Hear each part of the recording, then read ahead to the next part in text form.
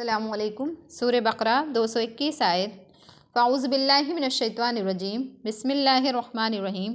वला तंकिहुल मुश्रिकाति हत्ता युमिन्ना, और तुम मुश्रिक औरत से निकाह मत करो यहाँ तक कि वो ईमान ले आए। वला मतुम मुमिनतुन खैरुम मिन मुश्रिका, और मोमिन बांदी बेहतर है मुशरिक औरत से। वलौ आजबतकुम, अगरचे वो तुमको पसंद हो। वला तुनकिहुल मुश्रिकीन हत्ता युमिनू, और तुम मुशरिक मर्दों से निकाह मत करो यहाँ तक कि वो ईमान ले आएँ।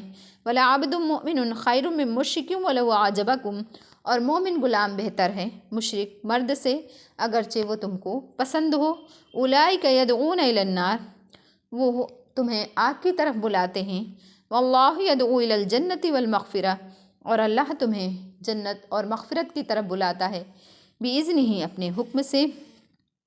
वयुबय्यिनु आयातिहि लिन्नास, और अपनी आयात को लोगों के लिए बयान करता है।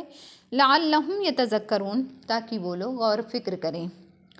यहाँ पर एक दीनी ज़ाब्ता बयान किया गया है कि कोई भी मोमिन मर्द मुशरिक औरत से, काफिर औरत से निकाह नहीं कर सकता यहाँ तक कि वो ईमान ले आएँ।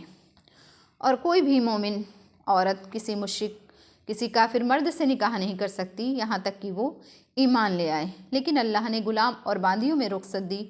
जो उस वक्त जंगें होती थीं, जंग फ़तह करने के बाद जो गुलाम और बांदियाँ आते थे, तो फिर अल्लाह ने कि अगर तुम्हें पसंद है तो अल्लाह ने उसमें रुख्सत दी, क्योंकि उससे दीन मुतासिर नहीं होगा और वो तुम्हारे अंडर में है, इसलिए दीन पे तुम्हारे असर नहीं पड़ेगा।